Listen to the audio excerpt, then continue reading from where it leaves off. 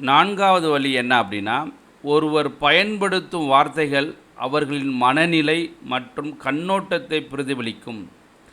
நேர்மறை வார்த்தைகள் நேர்மறையான மனநிலையையும், எதிர்மறை வார்த்தைகள் எதிர்மறையான மனநிலையையும் குறிக்கலாம். எப்போதும், ஒருபோதும் போன்ற பொதுவான வார்த்தைகளின் பயன்பாடும் கவனிக்கத்தக்கது. ஐந்தாவது வழி என்னன்னா, ஒரு நொடியில் தோன்றி மறையும் இந்த சிறிய முக பாவனைகள் ஒருவரின் உண்மையான உணர்ச்சிகளை வெளிப்படுத்தும். இவை ஒரு நொடியின் ஒரு பகுதியிலேயே தோன்றி மறைவதால் கூர்மையான கவனம் தேவை. பயம், கோபம், மகிழ்ச்சி போன்ற அடிப்படை உணர்ச்சிகளை இவை வெளிப்படுத்தும். ஆறாவது வழி என்னன்னா, ஒருவரின் நடத்தை சூழலுக்கு ஏற்ப மாறுபடும். ஒரு பொது இடத்தில் எப்படி நடந்து கொள்கிறார், தனிப்பட்ட உரையாடலில் எப்படி நடந்து கொள்கிறார் என்பதை ஒப்பிட்டு பார்ப்பது அவரின் உண்மையான சுபாவத்தை வெளிப்படுத்த உதவும்.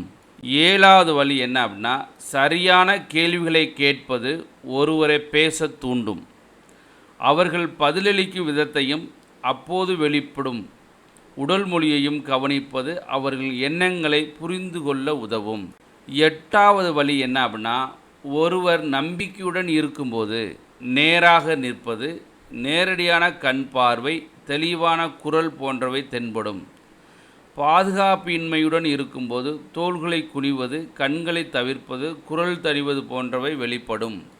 ஒன்பதாவது வழி என்ன அப்படின்னா, பொய் சொல்லும்போது ஒருவர் கண்களை தவிர்ப்பது, அடிக்கடி மூக்கை தொடுவது, உதடுகளை அழுத்துவது அல்லது அதிகப்படியான விளக்கங்களை அளிப்பது போன்ற அறிகுறிகள் தோன்றலாம். இவை உறுதியான அறிகுறிகள் அல்ல, ஆனால் சந்தேகத்தை எழுப்பலாம். பத்தாவது வழி என்ன அப்படின்னா, மனிதர்கள் பொதுவாக பசிக்கும் போது எரிச்சல் அடைவார்கள், சோர்வாக இருக்கும்போது கவனம் சிதறும், மன அழுத்தத்தில் இருக்கும்போது சில குறிப்பிட்ட பழக்கங்களை வெளிப்படுத்துவார்கள். இந்த பொதுவான நடத்தைகளை புரிந்து கொள்வது ஒருவரின் மனநிலையை யூகிக்க உதவும். இந்த 10 வழிகள் பார்த்தீங்க இல்லையா, கேட்டீங்க இல்லையா?